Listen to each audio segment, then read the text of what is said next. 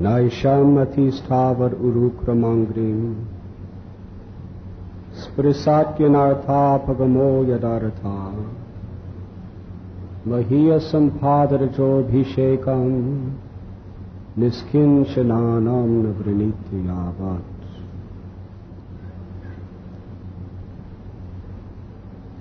They smear upon their bodies the dust of the lotus feet of a Vaishnava, completely freed from material contamination. Persons very much inclined toward materialistic life cannot be attached to the lotus feet of the Lord, who is glorified for his uncommon activities.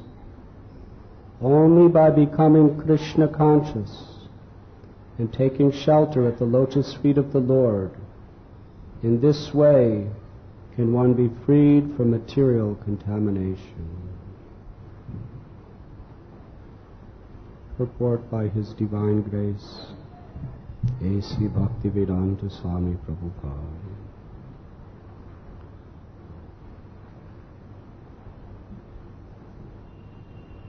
Becoming Krishna conscious brings about anartha apagama, the disappearance of all anarthas, the miserable conditions we have unnecessarily accepted. The material body is the basic principle of these unwanted, miserable conditions. The entire Vedic civilization is meant to relieve one from these unwanted miseries. But persons bound by the laws of nature do not know the destination of life. As described in the previous verse, Isha tantriyam urudam nibadha. They are conditioned by the three strong modes of material nature. In this verse, which was beautifully recited by Srila Prahlad Maharaj from the 7th canto of Srimad Bhagavatam, is revealed the inner truth by which all knowledge is revealed to us. In this age of Kali Yuga, the congregational chanting of the holy name is the only means by which we can cleanse the heart of all unwanted material attachments, which are the cause of all suffering. But Lord Chaitanya Mahaprabhu, who is the Yuga avatar, not only established the supremacy of the chanting of Harinam, but also the process in which we should chant. Chaitanya Mahaprabhu especially emphasized the verse, Harinama, Harinama, Harinama eva kevalam, kalo nasteva, nasteva, nasteva gatir andyata. And Chaitanya Mahaprabhu analytically explained each word of this verse to show how emphatically the author of the Vedas have declared that in this age of Kali there is no other way, no other means at all for deliverance except the chanting of the holy name of Hari, the chanting of the name of Hari, the chanting of the name of Hari. And Chaitanya Mahaprabhu explained that Harinam and Nasteva, Nasteva are repeated 3 times to give absolute assurance that the Supreme Lord is declaring that it is our only shelter. But Lord Chaitanya taught us the process by which we must chant the holy names in order for it to have the proper effect in cleansing our hearts. Rinadapi sunichena taror api sahishnuna amanina manadena kirtaniya sadahari. If we do not aspire for this platform, the chanting of the holy name will not be done properly and will not have the desired effect. To be more humble than the straw in the street, more tolerant than a tree, ready to offer all respects to others and to expect none in return. One who lives by this principle can chant the holy name of the Lord constantly. We can only chant the holy name of the Lord constantly when we are tasting the infinite sweetness of Krishna's name, and simultaneously when we have no longer any inclination to the topics or the experiences of pleasure in this material world. And Prahlad Maharaj is here explaining the process of becoming truly humble. Unless one is blessed to become dear to the Lord's devotees by one's humility and submission, one cannot approach the holy name in the proper state of mind. Prahlad Maharaj is saying that we must give our body an abhishekam. We must bathe our body with the dust from the feet of those pure devotees who have taken shelter of Lord Krishna. To take the dust from the lotus feet means pariprashnana sevaya, to inquire submissively and to render service to such great souls. When one has faith in the Lord's devotees, then the Lord installs true, unflinching faith in His own lotus feet. The Lord has told Uddhava that those who worship my devotees are performing the greatest worship of me. And the great transcendentalists, they understand this principle. And therefore this is their supreme aspiration in life. Dhruva Maharaj was such a purified soul because he took shelter of humbly following the instructions of Sri Narada Muni and made his service his life and soul. Dhruva Maharaj attained direct vision of the Supreme Personality of Godhead in his form of Prishnigarbha.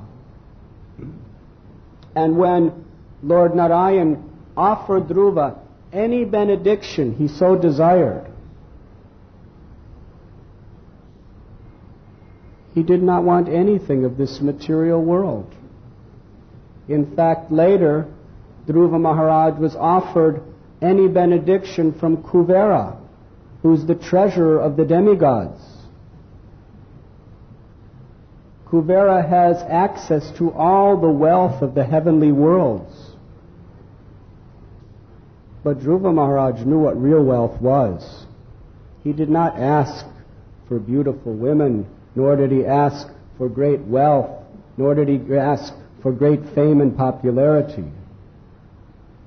Chaitanya Mahaprabhu prayed, Na dhanam na janam na sundarim kavitam bhaja gadisha kamaye mama janamani janamanishvari bhavatad bhaktira hoiti kitvai. My Lord, I do not want wealth, I do not want the company of the beauty of the opposite sex, nor do I want fame or followers. I do not even desire liberation from the sufferings of this world. I only want your service birth after birth after birth.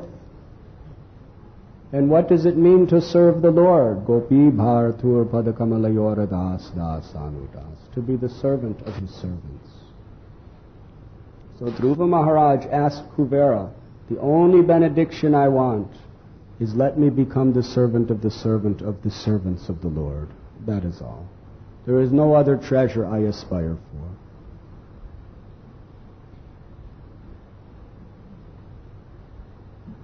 How important it is to understand this principle is continuously emphasized.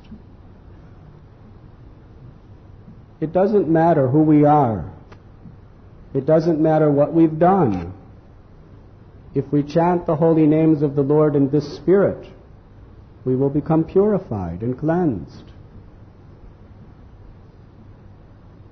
Chaitanya Mahaprabhu, one time in Navadvip, he was dancing in kirtan, and there was a very poor and very uneducated, a very disqualified person by all material calculations. He was an outcast, and he was a tailor. He would sew clothes, but he happened to be Srivas Thakur's tailor.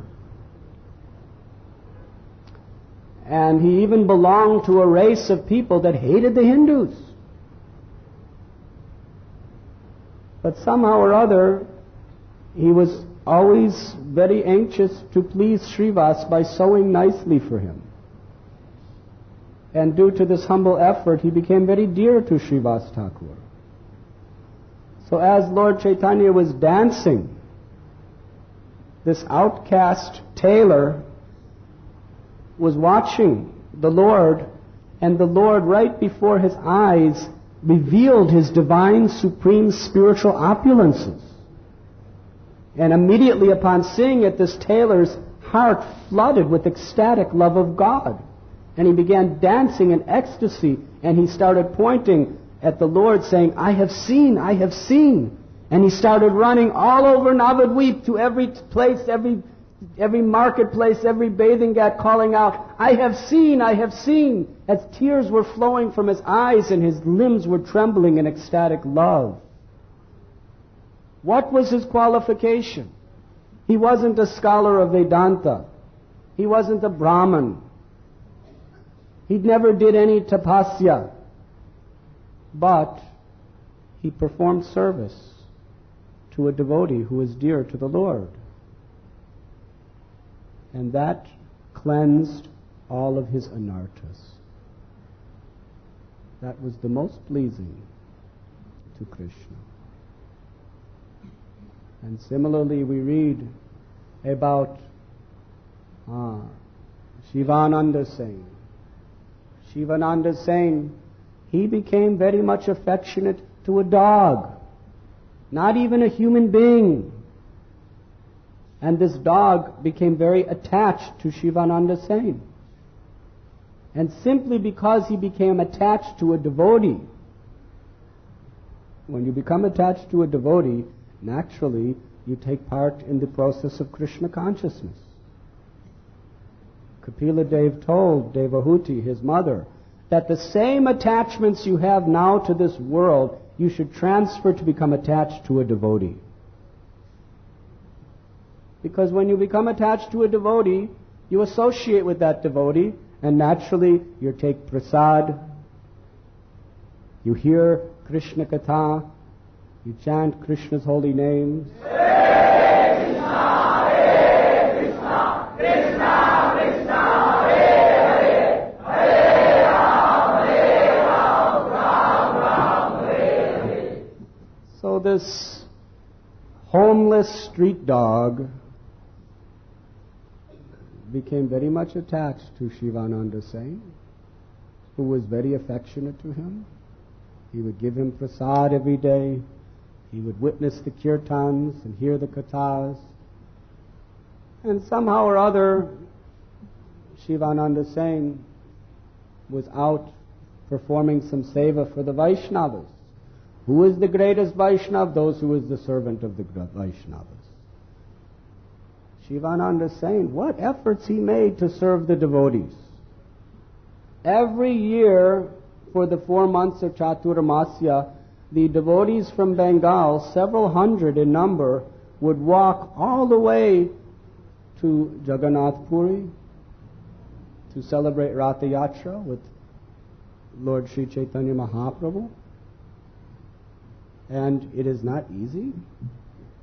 We have our yatras, and you know it is not easy organizing it.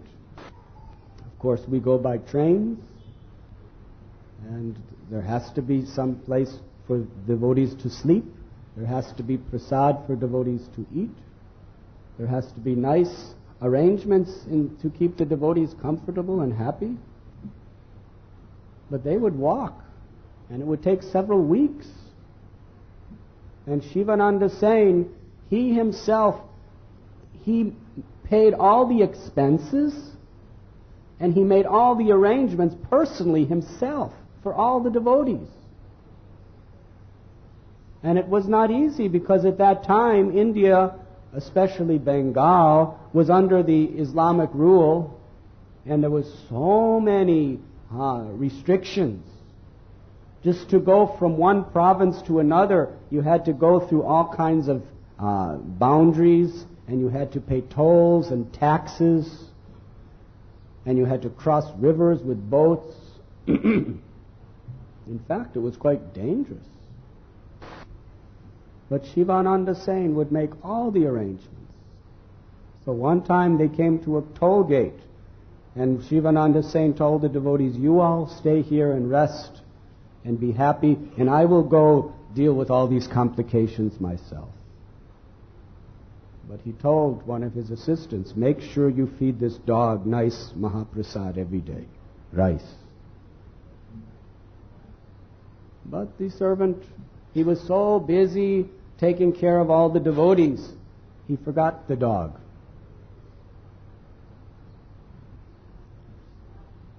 And when Shivananda Sen returned, the dog was gone. So he was thinking, because of me, this dog has been offended and has left. How meticulously he was, that anyone who came in his procession was fully satisfied. And later on, some days, when they arrived in Jagannath Puri, the dog was sitting with Lord Chaitanya, and Lord Chaitanya was first personally feeding him prasad from his own hands, green mango or green coconut. And he was telling the dog to chant the holy names of Krishna. And the next day, the soul of that dog returned home back to Godhead. That is the power of the Supreme Personality of Godhead. And Krishnadas Kaviraj Goswami explains why that dog got such a benediction. Simply because he was attached to Shivananda Sen, and he was dear to Shivananda Sen. That was his only qualification. Srivas Thakur, the servants and maidservants in his house, when Lord Chaitanya came to give his mercy to Srivas, he said, "Call all of your family, all of your relatives, and all of your servants and maidservants to your house, because I know they are all dear to you and they are all attached to you." And then Lord Chaitanya revealed to all of them his supreme form of the divine opulence of the personality of Godhead. And they all achieved love of God. There was one maidservant named Duki, who was just helping the devotees as they were bathing Lord Chaitanya by just organizing nicely the jugs of water that was brought. And Lord Chaitanya saw her and was so pleased that she was helping the devotees that he said, "From this day your name is Shuki." And she achieved Krishna Prema. That is the power of Lord Chaitanya. What is it that he cannot do? When Lord Chaitanya was but a little child, Nimai, he would play with his friends. And one day, when he was playing with his friends on the banks of Ganga, they happened to come across a group of little baby dogs, puppies. And Lord Chaitanya picked the nicest one out of all of them and began to play with it. And some of the friends began to say, "Why you picked the best dog? Why you left the other dogs for us?" And Lord Chaitanya said, No, this dog is for everyone. You come to my house and we will all play together." So he took the dog to his house, and they were all playing very nicely, rolling in the ground with this puppy dog. And the friends were very happy. Lord Chaitanya was very happy. The puppy was very happy. But then Sachi Mata came home And she was not very happy. She entered inside of her house, and there she saw her son with the dog embraced around his shoulders, rolling in the ground, playing. And she just started beating her palm against her head, and she said, "What are you doing, my son? You are not to bring dogs in your house. You are a Brahmin, and your father is very famous as being a religious man. What will people think when they hear that you are playing with dogs in your house?" And then she began to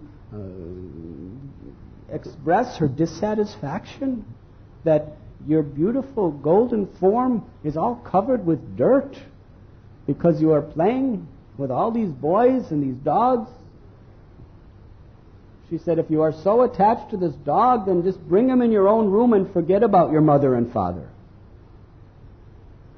But then when she saw the beauty of Gauranga, her heart completely melted. She said, "My son, I will take care of your dog. You go to Ganga and take your bath." And then Lord Chaitanya went to the Ganges and started playing with his friends. They were bathing and splashing and having nice fun. But meanwhile, the dog went away. Actually, Sachimata let him go. And the dog went away. And Nimai came back, and he said, where is my puppy?" And Sachimata said, "I do not know. Somewhere the dog has gone." And Nimai started crying. Nimai loved this little dog. And as he was crying, Sachimata was so much trying to pacify him. She said, "I will look for him. We will find him. We will bring him back. But for now, you eat this kheer and you eat this sandesh and you take these nice fruits." And in this way, she started giving him nice prasad, and he became very happy. And then he went out to play with his friends. But meanwhile, the dog was gone. And some days later, this dog began to manifest ecstatic love for Krishna, just because it had become dear to Lord Chaitanya. It had been touched by Lord Chaitanya. And the dog started dancing in the streets of Navadvip, chanting the holy names of the Supreme.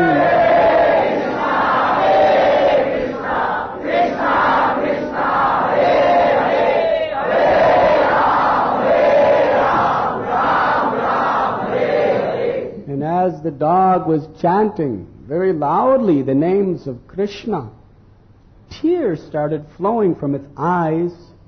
All the hairs on its dog body stood on end, like this. And his limbs began to tremble in ecstatic emotion. And when people saw this, all the townspeople of Navadvip were struck with wonder. They all started running to see the sight. And the dog, the puppy, was leading them all in the chanting of the holy names.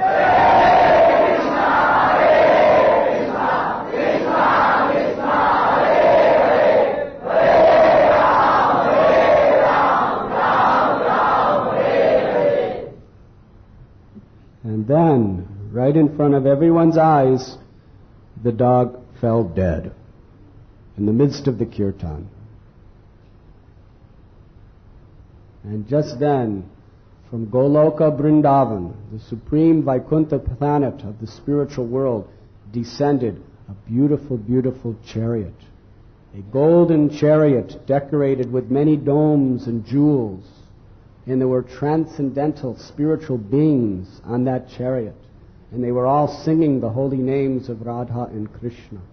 And there were Gandharvas and Charanas who were with whisks and fans on all sides of the chariot. And then that little puppy dog resumed its original spiritual body and boarded the chariot and began to proceed back to the spiritual world. And surrounding this chariot was Brahma and Shiva and all the principal demigods. And they were all struck with wonder, simply chanting the holy names and glories of Lord Gauranga Mahaprabhu, who had given the ultimate benediction to a mere puppy, simply because it became dear to the Lord. Brahma, Shiva, Indra, Vayu, they were praying in this way, that what we are aspiring for throughout our life and cannot achieve, the Supreme Lord has given to a puppy. This mercy, even Krishna, no other incarnation was so liberal in giving mercy to the most fallen.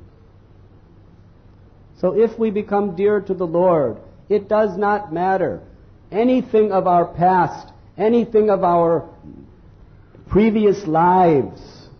It doesn't matter what our present situation is. Srila Rupa Goswami explains that the laws of karma are very stringent, and there are different stages by which we have to suffer sinful activities. There is kutam, where the sinful activities cannot even be detected by the mind or senses. They are in a very, very undetectable form. And there is bijam, where it is a seed. It is the reactions to our sins are just beginning to manifest. And then there is the mature sinful activities that we are presently suffering with our body and mind. But Rupa Goswami explains that the offenseless chanting of the holy names of the Lord is so powerful that it cleanses all different stages of all different sinful reactions. Krishna says in Gita, Sarva dharman parityaja mam ekam sharanam braja aham tvam sarva papebhyo moksha ishami masuchaha. You abandon all varieties of religion. You surrender to me. I will relieve you of all sinful reactions at whatever stage they may be. Do not fear. And how to surrender to Krishna? To follow Krishna's instruction. And what is Krishna's instruction in this age of Kali Yuga? Harinama, Harinama, Harinama eva kevalam, kalo nasteva, nasteva, nasteva gatiram. Trinadapi sunichena, tarorapi seshna, amanina manadena kirtaniyas. If we chant the holy name of the Lord in the mood of the humble servant of the Lord, with humility and devotion, all of our anarthas, all of our sins, everything is vanquished by the power of Krishna, who has descended within the beautiful sound of his name.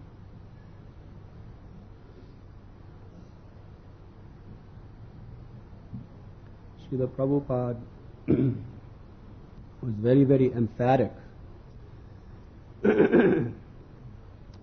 because he had complete faith in these principles which embody the mercy of the Supreme Personality of Godhead.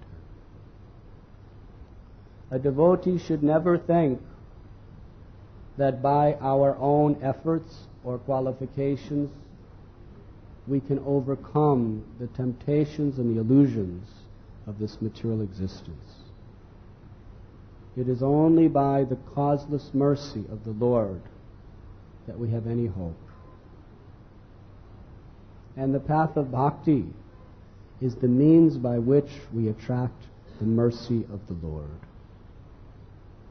In fact, it is the only means by which we can attract the mercy of the Lord.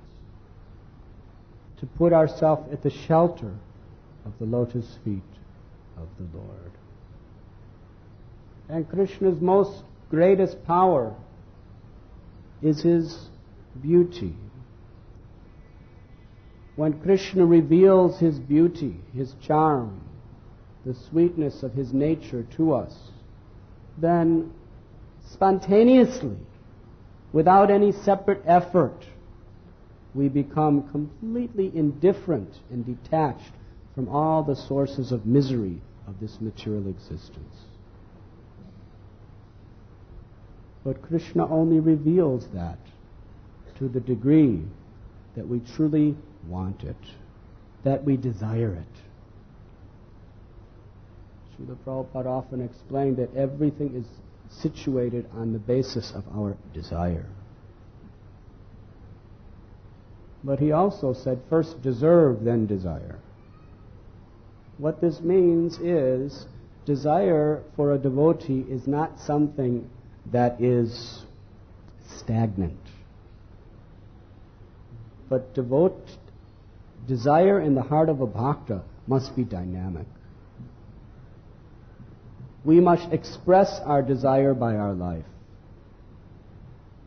And if we do not have such a desire, we have to express our desire to have that desire by our lifestyle, by what we value and what we pursue in our existence.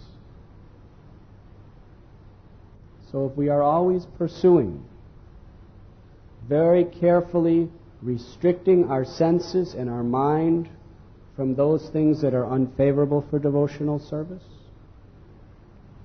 and we are always willing to perform whatever austerity is required to associate with devotees, to hear the glories of the Lord from them, to serve them, and to chant the holy names according to their instructions. By this we are showing Krishna that we want to attract His mercy. And if it takes our whole life, even if it takes many lives, it is a small price for what Krishna wants to give us. He wants to give us entrance into our own constitutional nature as the eternal servants of the Lord. Nitya Siddha Krishna Prema Sajja Kabunoy Sravanadi Suri Cheti Kodi Gayudoy. Krishna is within the heart of every living being, and love for Krishna is also within the heart of every living being. And by associating with Krishna's devotees, by serving them, by hearing from them, by avoiding any offenses to them, by serving them, by assisting them, and how to serve devotees, the scriptures explain. Prahlad Maharaj himself explains in this way that for those who are superior to us, we hear from them and we are always willing to carry out their order and do whatever is required to make them comfortable. To those who are on an equal level to us, we befriend them, we become intimate associates, and we are always discussing Matchita Madgata Prana Bodhiyanta Parasparam. We are always reminding each other of Krishna, always helping to guard each other from the temptations of Maya. Because Maya is very clever, very strong, and everywhere. So we should befriend devotees. And in our friendship, we should protect one another. We should be the guardians of our brothers and sisters by living very pure, by having nice kirtan together, by taking prasad together, by discussing different ways to serve the Lord's mission together.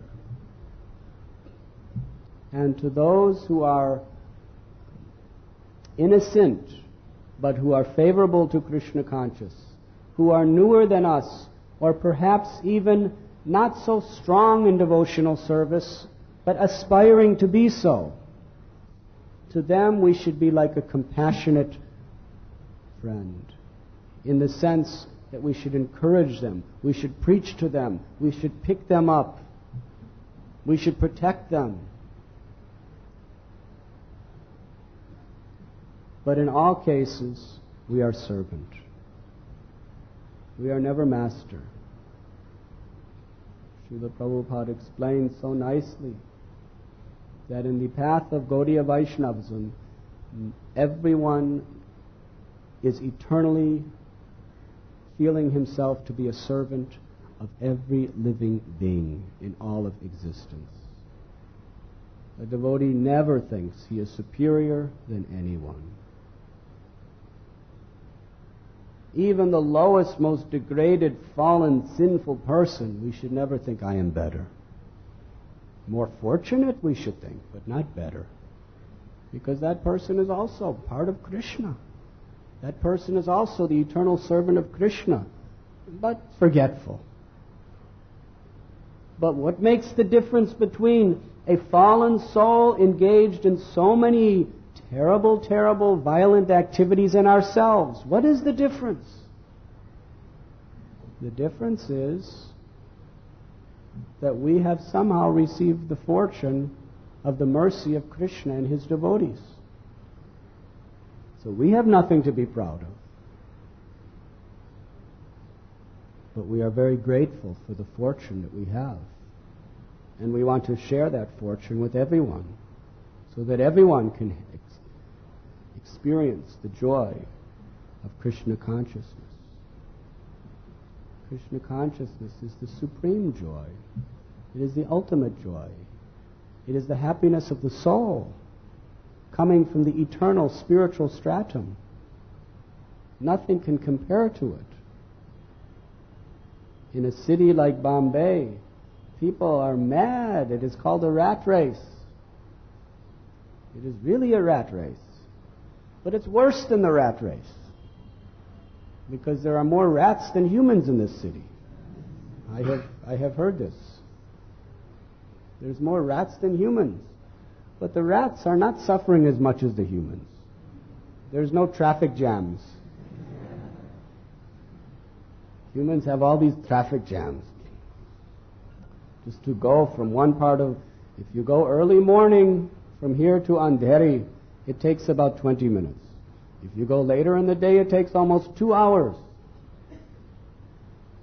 Everyone making their horns sound. And nobody's very happy.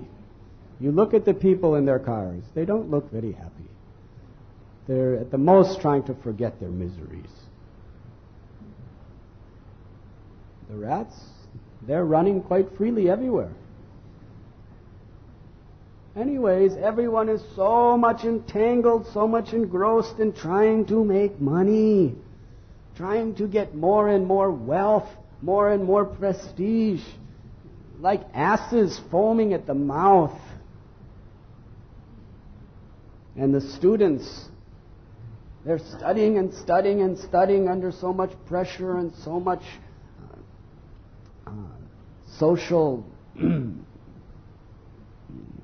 pressures that sometimes they even commit suicide. They're so frustrated. For what? For money. Prahlad Maharaj says, for a materialist, money is sweeter than honey. Why? Why people like money so much? What is it? It's paper. And in India, it's not even good paper compared to other countries. It's rupees. So much anxious. Why? Because these little pieces of paper, they somehow or other can purchase sense gratification. And this is everyone's addiction, sense gratification. But who's satisfied? Where is their happiness in this world of sense gratification? The more you have, the more you need, the more you want. It's an endless cycle. And people are idolizing those who can give the best sense gratification and those who are getting the best sense gratification. They are the heroes. They are the idols. They are the sadhus. People worship them.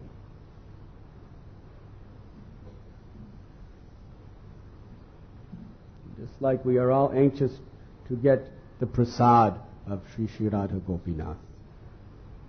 Or we want to get the prasad of a great devotee of the Lord. This is natural. But materialistic people, they are so mad. some of these great heroes in the West. One of them was telling our devotees, he was so famous that when he would just walk down the street, hundreds and hundreds of people would run up and start tearing his clothes off. Because they wanted his prasad. It's true. Wherever he'd go, anywhere in the world, Europe, America, South America, anywhere they went, they would have to have all kinds of police escorts because people would just attack them and just start pulling their clothes because they just to put in their room that I have the prasad. What would they? They would just sing songs about sex life, these people. But because they were good singers, everyone wanted their prasad. And they had long hair. Sometimes they'd walk and people would try to pull their hair out.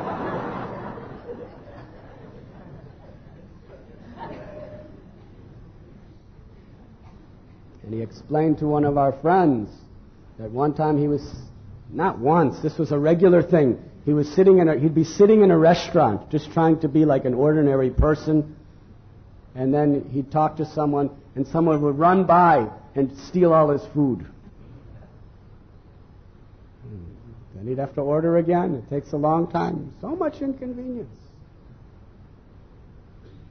But this is the way people are. For people who give you sense gratification, you're willing to do so much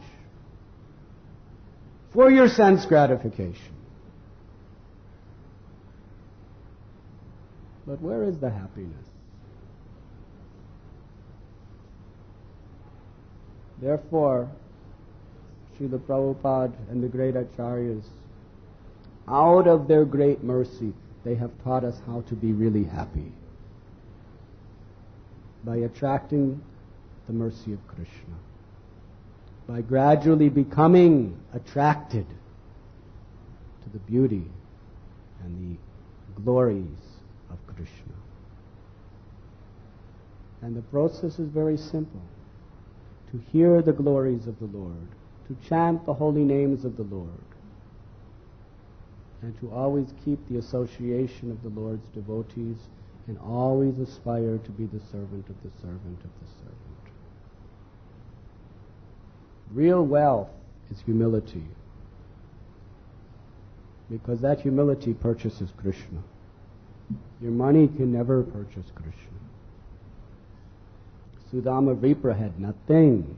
He just had a little thing of chipped rice. He didn't even have a proper bag. He just wrapped it in his cloth. Chipped rice. But because he had humility and devotion, he purchased Krishna. Krishna washed his feet. The goddess of fortune, Rukmini, fanned him with a chamara. And Krishna gave him a palace greater than Indra's. But Sudama didn't care for that palace. Whether he was living on the ground or in the palace, it was all the same to him, because he was always very happy, in great humility, chanting Krishna's holy name. Hare Krishna, Hare Krishna, Krishna Krishna, Hare Hare, Hare Ram, Hare Ram, Ram Ram, Hare Hare. And Sridhar Kolavecha, simple banana leaf seller. His clothes had so many holes in it, and somehow or other he would try to sew patches on those holes. But even that was not very possible. And he was very thin. But Lord Chaitanya Mahaprabhu personally drank the water from his old, battered iron pot that he used to wash his own feet. Lord Chaitanya drank that water in front of all the devotees and explained that he drank it for his purification, and it tasted sweeter than nectar because it was the remnants of his devotee. And Shuklambar Brahmachari, he was a beggar. He would go from house to house in Navadvip with a little cloth bag. And people do not give beggars the best they have. They give the worst, if anything. They would just put broken pieces of rice in his bag. And he would collect it, but he was always immersed in chanting Krishna's name. And nobody thought he was anything but an ordinary beggar. People could not recognize him. He never explained to anyone that actually I am a pure devotee. He was very humble, so humble. People sometimes kick beggars away, but he was so humble. But when he was dancing before the Lord in Kirtan, Lord Chaitanya Mahaprabhu personally reached his hand in Shuklambar's bag and began to eat the rice, because he wanted to show the world that this person has attracted my heart because of his humility and devotion. So what is the greatest wealth? Humility and devotion. And we should give anything for that. We should not be enamored or distracted by any of the, Prabhupada called it, will-o'-the-wisp. Prabhupada said, the material existence is like trying to enjoy the eggs that come from a horse. Eggs don't come from horses. That's what it's like, trying to enjoy this world. It's an illusion. As much as a horse egg is an illusion, this is an illusion. Or flowers in the sky. We should understand what is reality, and we should strive to pursue that reality. And Prahlad Maharaj is here explaining how we can achieve that reality. By attracting the mercy of the Lord, by becoming the humble Chaitanya Mahaprabhu was asked by the residents of Kulinagram, how do we who are grihastas become Krishna conscious? And Lord Chaitanya Mahaprabhu gave the essence of all knowledge to them. You serve the Vaishnava devotees of the Lord and you chant the holy names.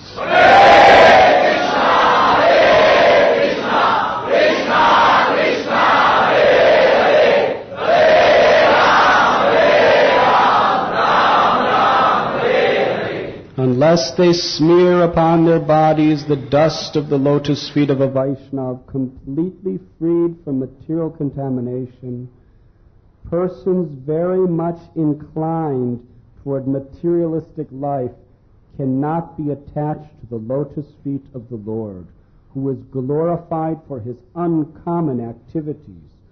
Only by becoming Krishna conscious and taking shelter at the lotus feet of the Lord in this way can one be freed from material contaminations. We all have so many materialistic contaminations. Who will deny it?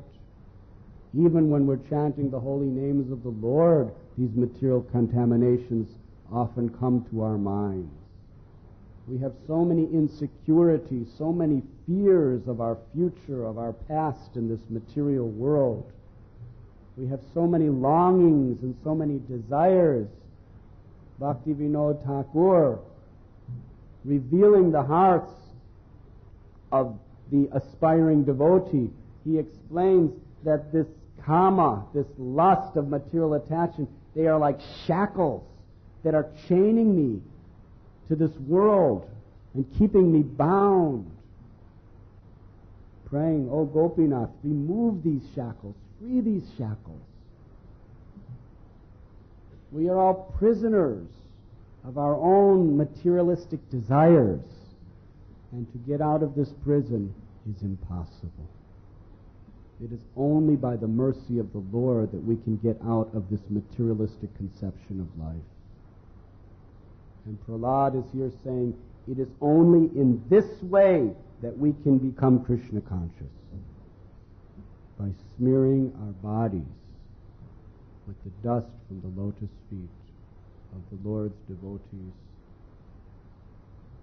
and chanting His holy names. Thank you very much.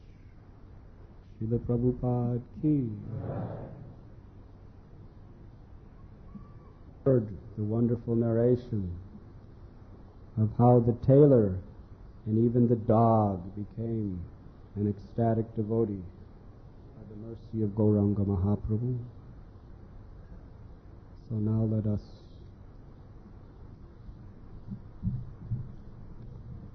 very sincerely